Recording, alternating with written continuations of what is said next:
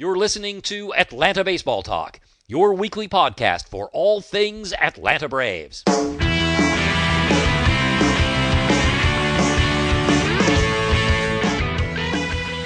Welcome to show number 286.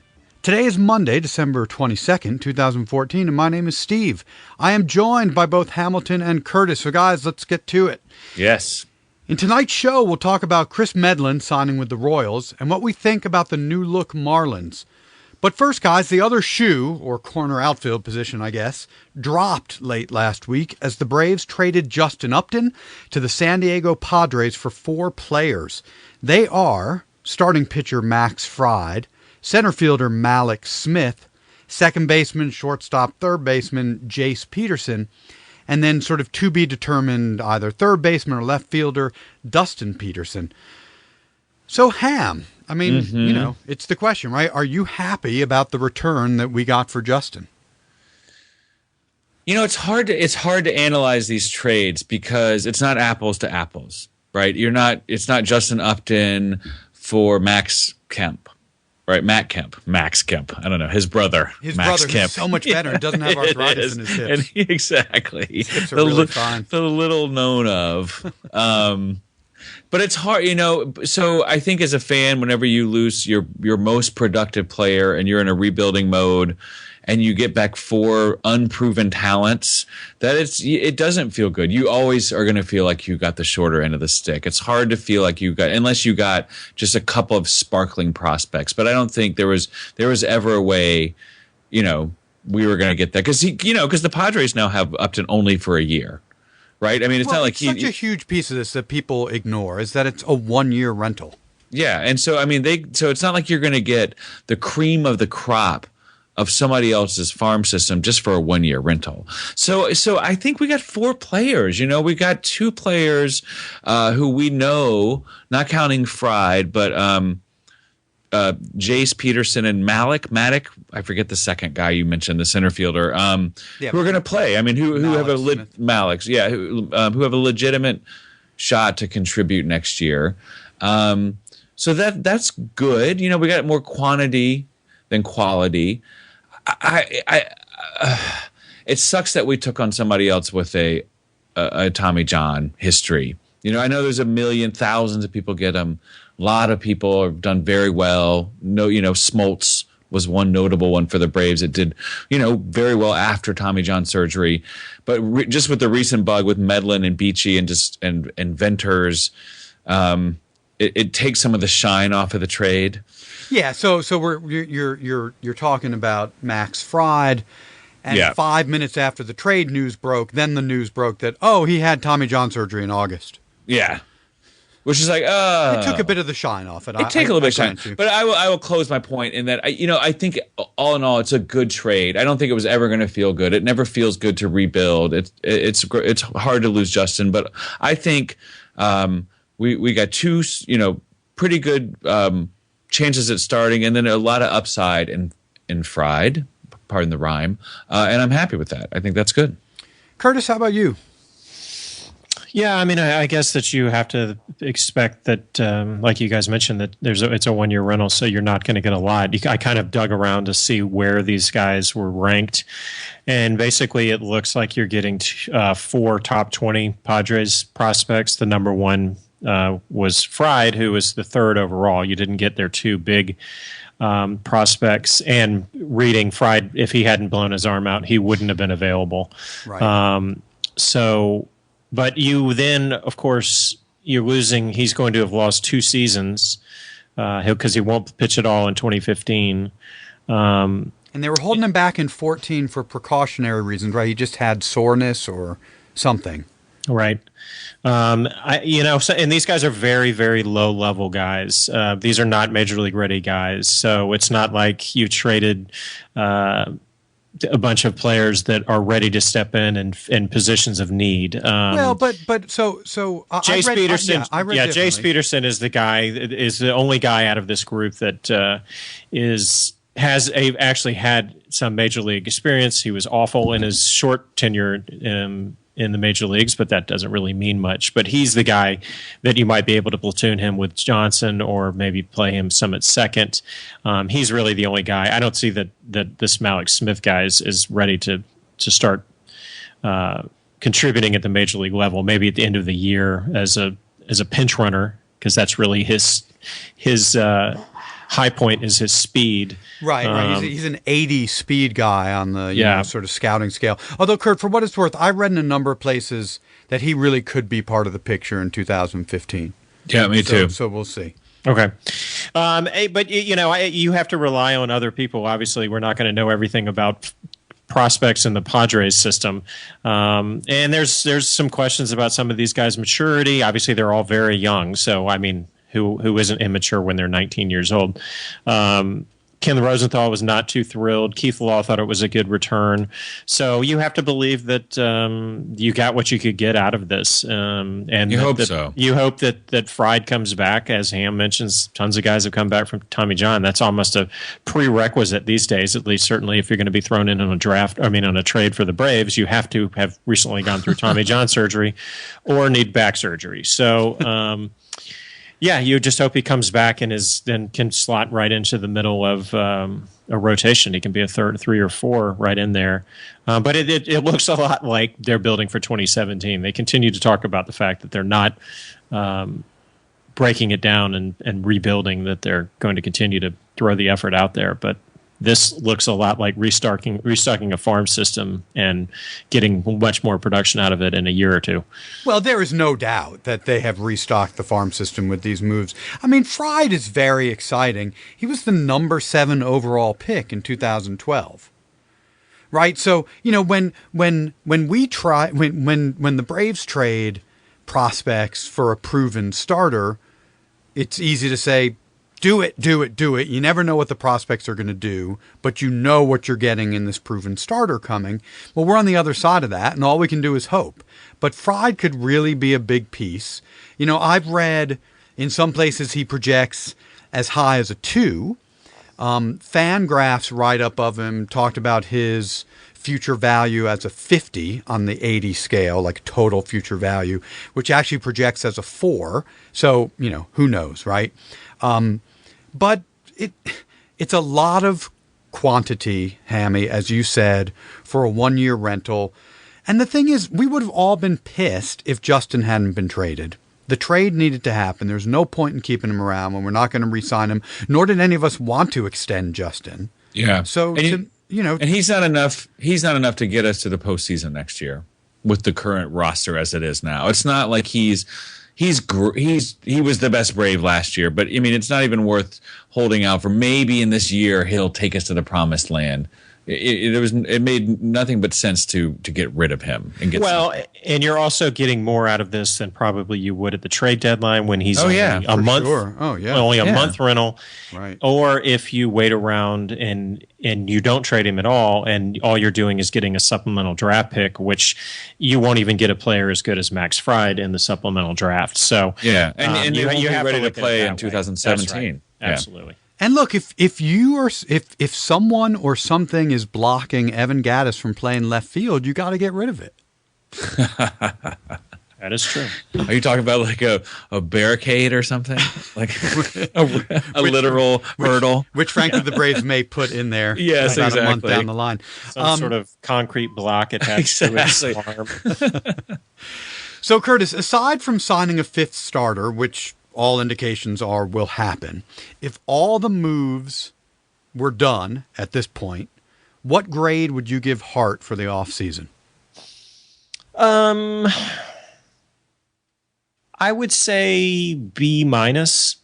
I think he made the moves that he had to make. You weren't going to keep Hayward and Justin Upton. So to have moved them and to get hopefully quality in return.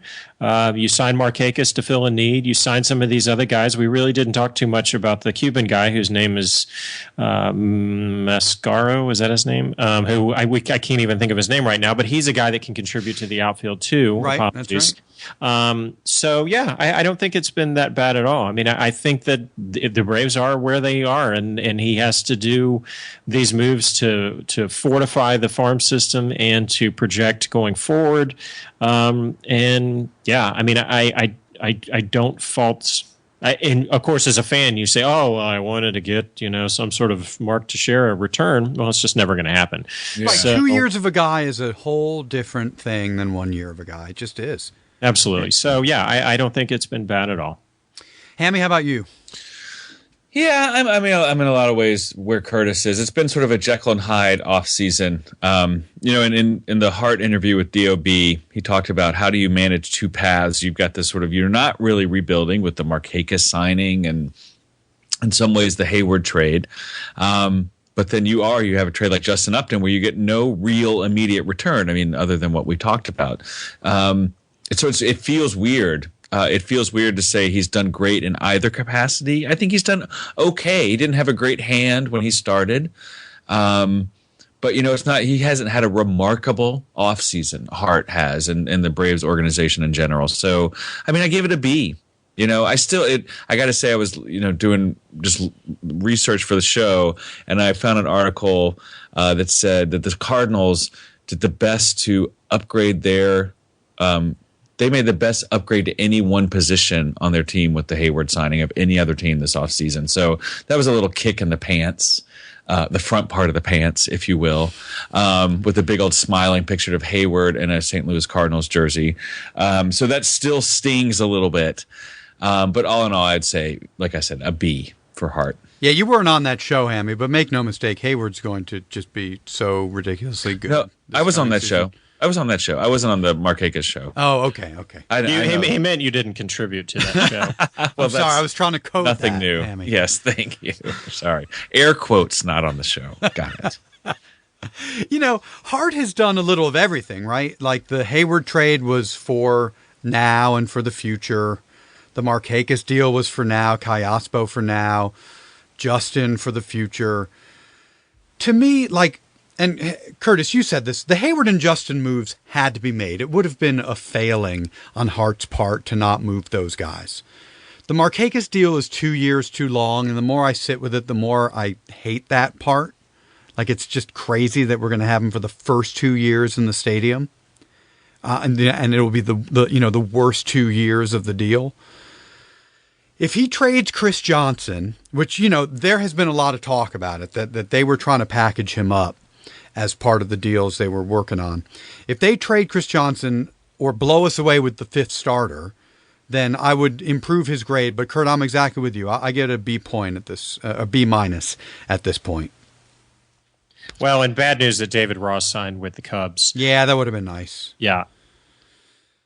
So, and Harang hasn't signed, has he? I have not seen anything. Yeah, I don't think that he has. That would be nice if the money was right. Gavin Floyd signed. I did see that Gavin Floyd signed. Yeah, I saw that. All right, guys, a couple quick announcements. All of our shows are also available on our new YouTube channel, which you can find by searching Atlanta Baseball Talk out on YouTube. And when you find it, please subscribe. And also, we have a Facebook fan page. Go out there and like us. It's at facebook.com/Atlanta Baseball Talk. All right, guys, let's wrap up the show with a couple of quick hits. So first, our old buddy Kris Medlen signed last week with the Royals to a 2-year, $8.5 million guarantee, a mutual $10 million option for year 3. So, Hammy, given that the Braves offered $5.8 to Medlen for 1 year, should they have approached this amount of money, the 8.5, and kept him? No. And I might miss Medlen more than I'll miss Hayward, but I don't want to give. No, they should not have. I wouldn't want to give those years and that money to Medlen at this point, unfortunately. Curtis, how about you? Same. And I think if you're going into 2017, you're still going to need pieces, regardless of these young players that you brought in. So all that money needs to be stowed away so you can make some big, impactful moves at that time. And having money tied up in Kris Medlen, who I one of my favorites of recent memory. But yeah, just not a guy with after 2 Tommy Johns that you can commit that much money to. Yeah, there's so little evidence of success with starting pitchers coming back from 2 Tommy Johns. Right, isn't it? What's his name? I shouldn't have brought it up because can't think of his name. I think he was a Cardinal for a while. Now he was a Red Sox last year. Isringhausen? No, he is. Yeah, I can't think of it. But, I thought that the $5.8 million deal, or I'm sorry, I should say offer, made no sense. Yeah, it's true. For a guy in his situation. And on top of it, they didn't know 100% that they were, that they were going to have freed up the Justin money, for that matter. So no, it just made no sense.